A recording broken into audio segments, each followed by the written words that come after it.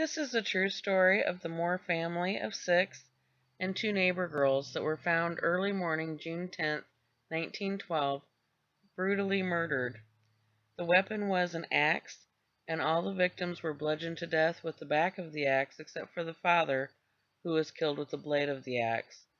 Before the murderer left the house, he covered the mirrors with blankets and covered all the bodies, and left the axe leaning against the piano. It is thought that the murderer was hiding in the attic until they all fell asleep.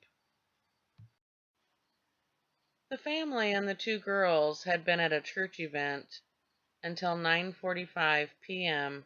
June 9th. That places the murders either late June 9th or in the wee hours on June 10th. At 6 a.m. the next morning, the neighbor lady noticed there was no activity going on in the house and called for help.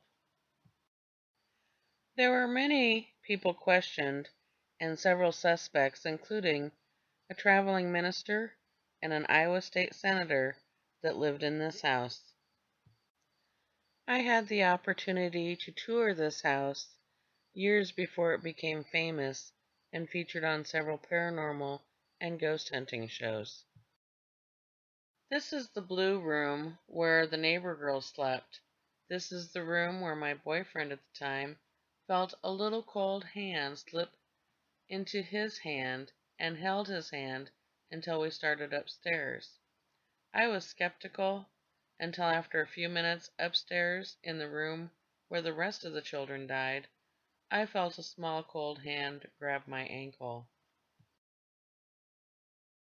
This is Iowa's biggest mass murder case in its history, and it is still unsolved as of today.